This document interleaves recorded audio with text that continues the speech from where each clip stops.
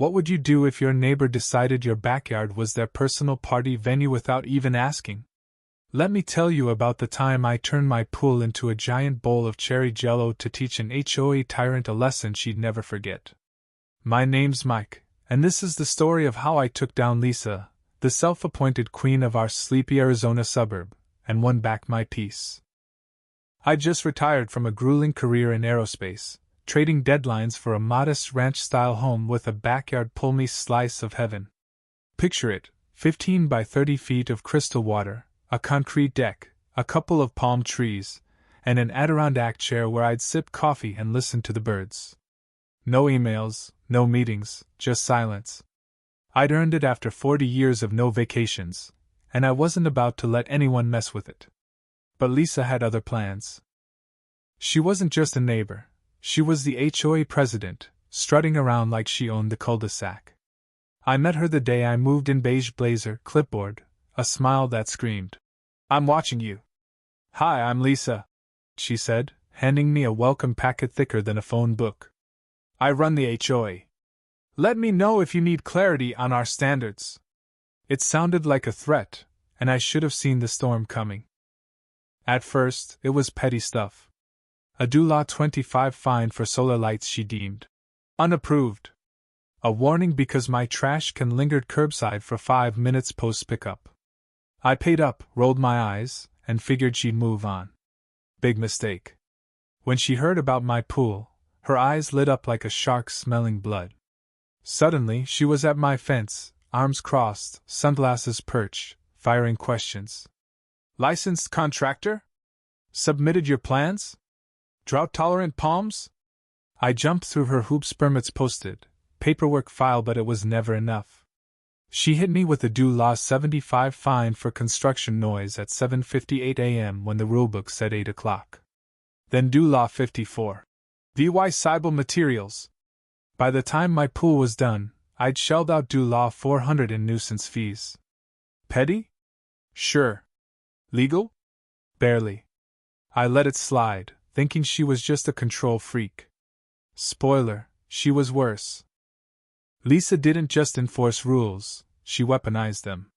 She'd lead neighborhood improvement walks, which were really just her and her cronies hunting for violations to tall grass.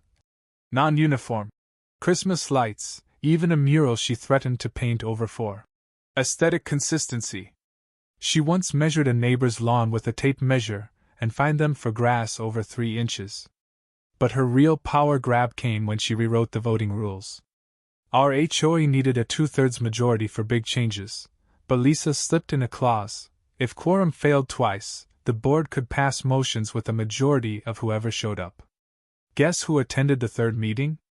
Lisa, 2 lackeys, and a confused grandma expecting cookies. Just like that, she stacked the deck, declared herself president for life, and set her sights on my pool. It started with friendly suggestions. "Ever thought about opening your pool to neighbors? How about a block party? Since you're retired, maybe maintain it for community use?" I laughed it off, said I valued my privacy, but Lisa doesn't hear. No. She takes it as a declaration of war. Next thing I know, my pool's on the HOA agenda. Shared use of private amenities for community wellness. I was out of town that weekend, and when I got back, a vague motion had passed allowing temporary community use of private outdoor spaces. No consent needed. That's how Lisa worked death by 1,000 loopholes. Then came the bombshell. Lisa's niece was getting married, and their venue fell through. Instead of asking, she sent out wedding invitations listing, saw my address, saw as the reception spot.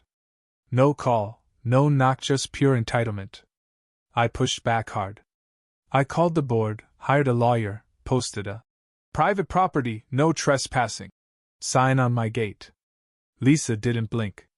"The bylaws allow it," she said, while VYing a legal-looking letter. "Interfere, and you'll face fines or a lawsuit for disrupting a sanctioned event." My lawyer friend called her bluff, said it was shaky, but Lisa's smugness was unshakable. She wielded HOA rules like a sledgehammer, and most people just caved. Not me. That's when I stopped arguing and started plotting. If Lisa wanted my pool, she'd get it in my terms. I hit Costco, bought every box of red Jello they had, ordered more online, and rented industrial kitchen burners.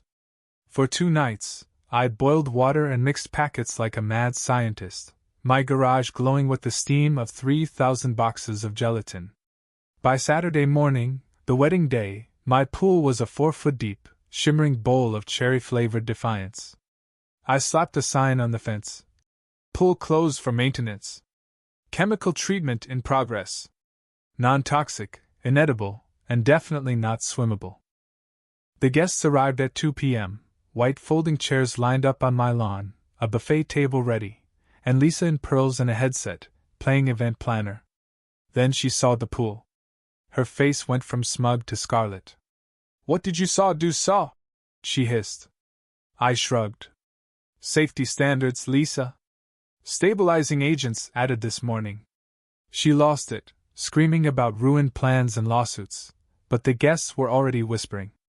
"Wait, this is his yard?" The bride was in tears, vendors scrambled, and by 3 p.m., the event was a disaster. My phone buzzed with motion sensor alerts from my new camera, just in case Lisa tried anything sneaky.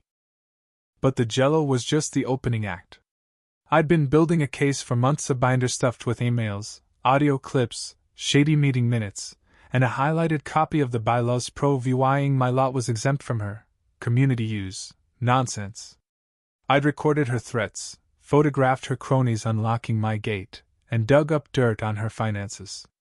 Turns out, Lisa wasn't just power-hungry, she was skimming. She'd funneled fines into a discretionary fund for catered board lunches, branded tote bags, and get this, your own garden redesign. The crown jewel? A letter from the county confirming she hadn't filed proper financial records for 2 years. At the next HOA meeting I struck. The rec center was packed, and Lisa strutted in like she owned the place. I raised my hand, motioned to add a topic. Misuse of HOA authority and fund misappropriation. The room froze. Lisa tried to shut it down, but my ally Brian, the treasurer, seconded it. I handed out stapled packet screenshots of her strong-arming votes, audio of her baseless threats, and a financial breakdown showing $320 for a florist consultation, tied to her niece's wedding. The crowd erupted. "Did she use our fines for that wedding?" someone shouted. Brian dropped the hammer, revealing he'd been denied an audit request last year. Hands shot up, questions flew, and Lisa's smug mask cracked. Within an hour, a no-confidence vote passed overwhelmingly. Lisa tried to bolt, but Brian demanded the HOA laptop and records on the spot. She left in a huff, and days later she resigned. An audit confirmed the worst, a gray ledger, with $800 for wedding napkins listed as hospitality supplies, $2,000 to her cousin's shady event company, and cash withdrawals for parking on our gravel lot.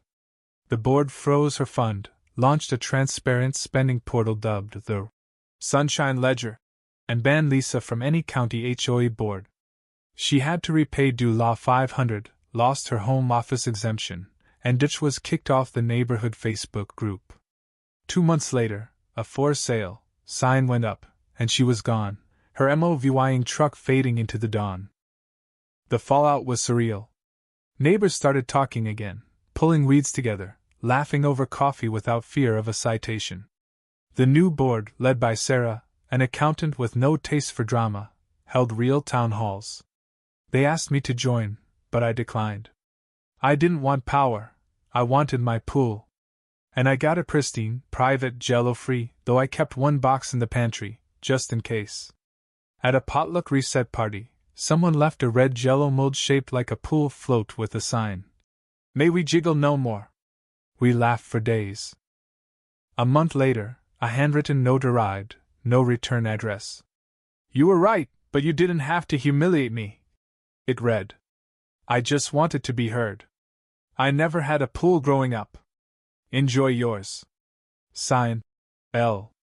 For a second, I felt a pang, not sympathy, but clarity. Lisa craved control because it was all she had. Too bad she mistook fear for respect. I didn't fight her because I hated rules. I fought because I love my home, my peace, and the principle that no one, not even a clipboard-wielding HOA dictator, gets to take it away. So, what's your story? Ever faced Elisa? Stood up to an HOA gone wild? Drop it below. Let's shine some light on these backyard battles and maybe save someone else's pool.